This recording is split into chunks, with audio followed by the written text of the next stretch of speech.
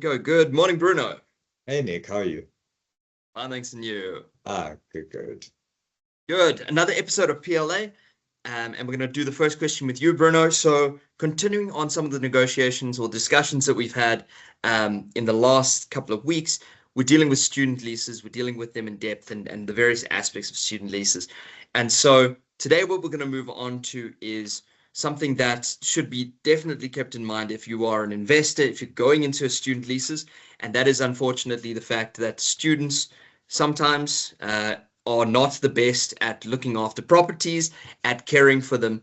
And so, as an investor, we want to discuss a little bit about what do you do when you're going to get into a student lease? What do you need to anticipate? What do you need to look out for to make sure that you don't lose your investment as a result of damage on the property? Damage to a property under leasing circumstances obviously happens across the board. It's not something that a landlord can say that he's never experienced, especially if he's been in the industry for quite a number of years. Now, in the student space, we do find that this happens quite frequently, and believe it or not, the solutions don't differ all that much from what you'd find in the normal rental space.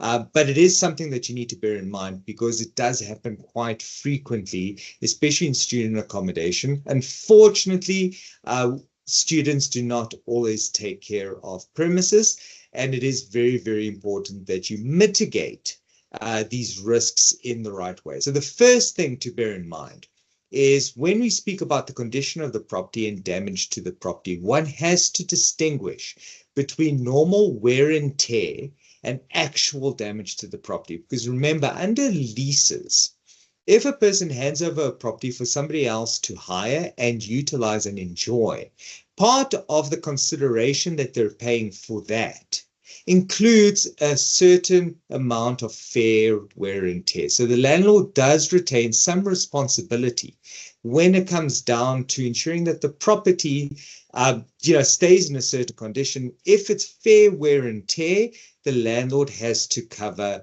these type of expenses. So over a number of years, you'll find, for example, that carpets might fade, or even the paint on the walls might fade in color and might not be as bright. Things like that, as an example, may be considered fair wear and tear, and the landlord would be responsible for fixing these if he chooses to. Now, damage to the property is very different. So damage is usually defined as a certain act by someone that results in a loss or a damage to the property. Now, this act doesn't have to necessarily be intentional.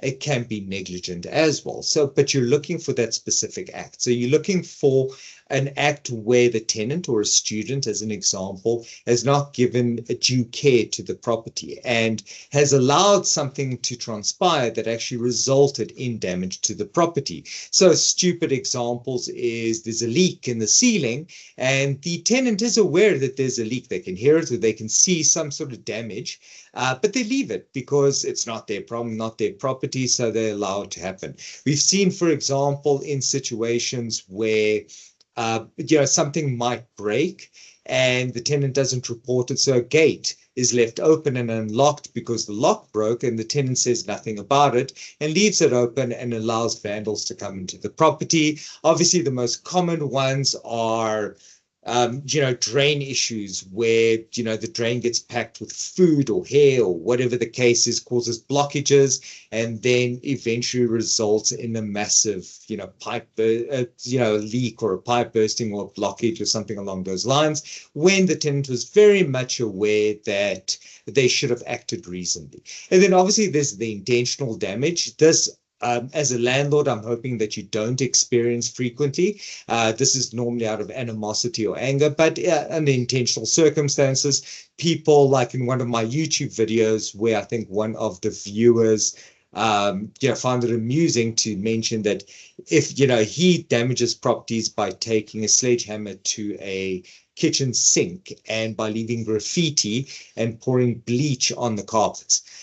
This is obviously an act of some aggression, but it does happen. In any case, so those are the type of damages you may find as a landlord, which is distinguished from normal wear and tear, which as a landlord you're expected to take care of. Now, what are the solutions to these problems, and are there any special solutions that apply to student accommodation as opposed to normal residential accommodation? So some typical things to speak about is lease terms. Make very sure in the lease agreement that the obligations of the tenant are very well defined. Well defined.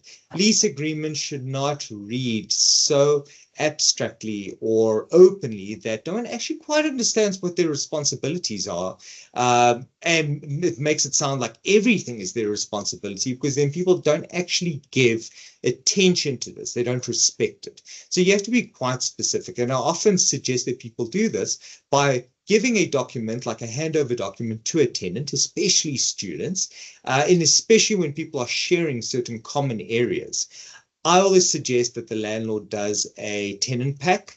And in this tenant pack, you take certain things from the lease and you summarize it for the tenant's own convenience, but for yours as well. So you can actually tell the tenant, listen, just so you know, the lease agreement requires that you do this. So for example, the swimming pool. The swimming pool is your responsibility. You have to buy chlorine, and you have to maintain the swimming pool, because the lease agreement is quite broad on this topic. So we're bringing it into a language that you understand, that makes it crystal clear that this is your responsibility. And you can't come later and argue, because contractually the lease agreement does already provide for this. So clear language in the lease makes it easy, or in a landlord pack that takes the content from the lease and explains it to the tenant so they understand what their responsibilities are. People get confused all the time with whether they need to, take care of the carpets, clean the carpets, take care of the garden, take care of the swimming pool. These are all very confusing, and tenants often don't know it's their responsibility. The air cons, cleaning the filters, that sort of thing, preventing blockage of drainage. Have this conversation and explain the rules quite simply, and even give examples of things people should not put down the drain, because guess what? Intuition, you assume that everyone walks around with a certain amount of intuition, and you would be wrong. So please make sure that you take away that assumption and you list it. You list it clear as day what your expectation is. So that's the first one. Second one, deposit. This is common. I'm not going to speak about it a lot, but if you've got a deposit, 1 month, 2 months, whatever it is, good for you, because anything does happen to the property, and provided it's not completely trashed and an absolute fortune to fix, usually your 1 month's deposit would be enough to cover small little things, painting and that sort of thing. So make sure you hold a deposit, and remember, again, in the lease pack, the last month's rent cannot be held back because there's a deposit. And everyone asked me this quite innocently, where tenants just, oh, okay, you know what, I'm going to move out, so I just won't pay this month's rent because they have my deposit. And consistently, you have to explain to individuals that that is not the way that it works. The deposit is not there to cover your last month's rent. The deposit is there to cover potential damage to the property. And if the property is not damaged, you have to give this deposit back. So also, as a landlord, have some integrity, because if you start creating this precedent, guess what happens? The tenant that doesn't get his deposit back because now you refuse to pay it back and you make up damages, he's going to go to another property and he's going to treat that landlord badly. And it creates this kind of vicious circle. And that's why now we sit with tenants not wanting to pay a last month's rent, because they're more fearful of the landlord not actually returning their deposit. So be very careful in the beast that you create. So that's a deposit. The next one would be the suretyship, which I discussed last week as well, where if you're worried that the student has not shown adequate credibility, make sure that the parents do, because anything happens to the property, guess who you're going to be phoning? Yes, it sounds very high school-like, but, telling on works. So you figure out that something's happening here on the property, you pick up that phone and you ask for a parent-student meeting, and you explain to the parent what's going wrong. And more often than not, this actually does help, because they might not respect you, but many times they fear their parents. Inspections. Now, this is a very important one. With student accommodation, especially with shared areas, I would up the frequency of inspections. So we normally do this on a month-by-month basis, in fact, especially with multi-lets. So go there frequently, check out all the properties, start looking for signs that one property is being neglected, maybe the door's damaged, maybe you see through the window that something looks wrong. You can normally tell when something's going wrong. So the inspections, I feel, are absolute key. When it comes to an accommodation or multi-lets, inspect frequently, at least once a month. And I think insofar as damage to the property or condition of the property is concerned, these solutions, unfortunately, sometimes they don't always work.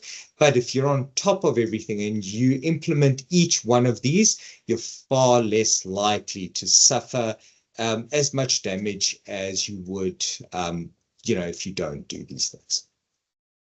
Absolutely, 100%. Thank you for that, Bruno.